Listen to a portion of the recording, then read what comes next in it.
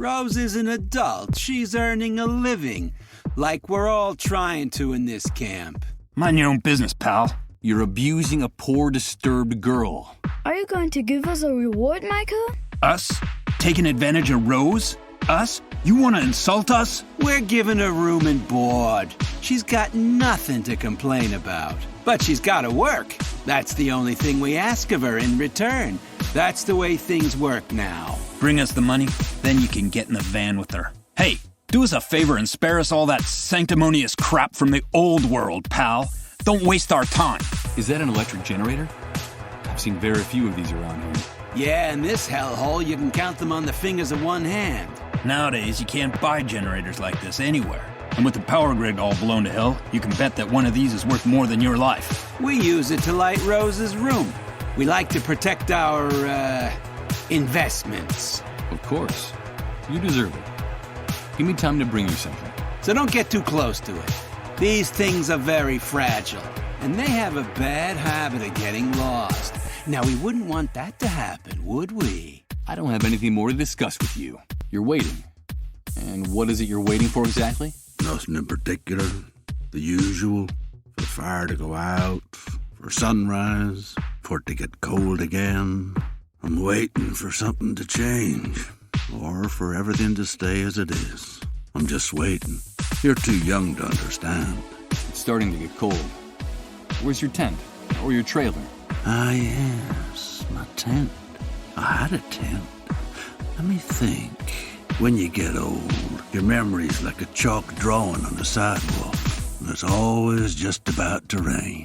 Yeah! Yes, I had a tent once. They issued me one when I decided to enter the refugee camp after the Great Wave.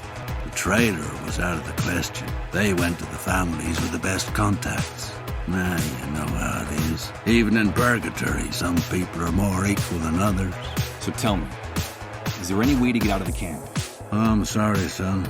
The only way to get out of this camp is to know someone important who can pull strings for you. Or to become a camp mole. Those traitorous scumbags have gate passes. I see.